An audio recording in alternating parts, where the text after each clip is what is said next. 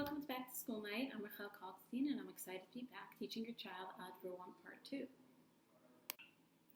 In addition to the math skills relevant to the course that we'll be learning this year, there are other skills that I think are important for life as well that we want to work on this year. Firstly are those skills around communication. So there are two kinds of skills related to communication that are relevant to our course this year. First of all, there's communication about math. Students tend to think that math is all about looking at numbers, sometimes letters and symbols, and just knowing what to do when you see them. They don't like to think as much about the fact that there are words and terms and concepts around this, about why it works and how it works and how to talk about it. And so one of the things that I'd like to work on this year is talking about math, understanding it to the extent that we can use the relevant vocabulary and terms, etc. So I enforce that by using it in class, by encouraging students to use it in class, by taking detailed notes, and also by using it on tests. So although it's not typical, my math tests sometimes have vocabulary words on them, or just explain why this is. And I think that that really helps students develop a more relatable level of why math works the way it does.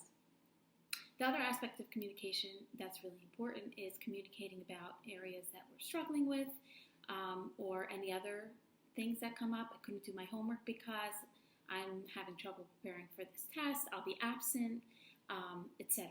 So that kind of communication is really important for our class. It's also really important for life, and that's another thing that I really encourage and want to work on with your child this year.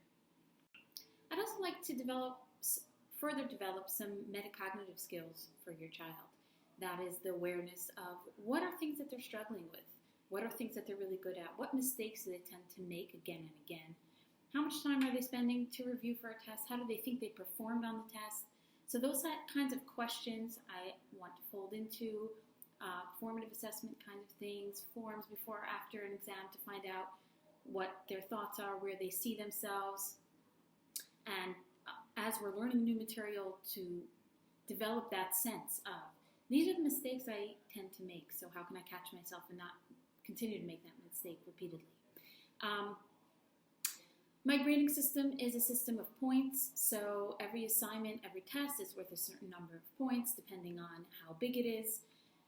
Students that do their homework every night are going to do better because their homework grade is a significant part of their grade. If they're getting homework every single night and they're doing it consistently every night, they get a lot of points for that.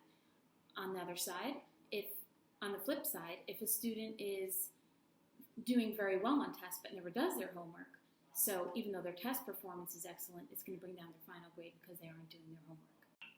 That kind of communication also really relates to taking responsibility, and that's another thing that's so important for our students to take responsibility for their work, to complete their work, and to take responsibility for the times that they can't or don't complete their work. And so taking responsibility is another big thing that we focus on. It means taking your own notes, it means completing your homework, it means turning in your homework, and being a responsible person. What can you do to help your child succeed in math this year?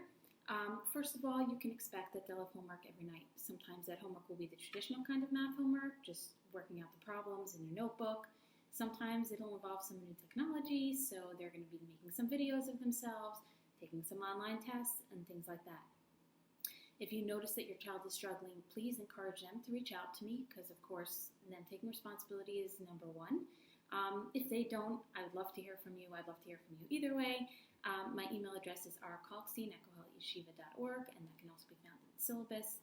I look forward to working with you this year, and I'm really excited to be back here learning with your child.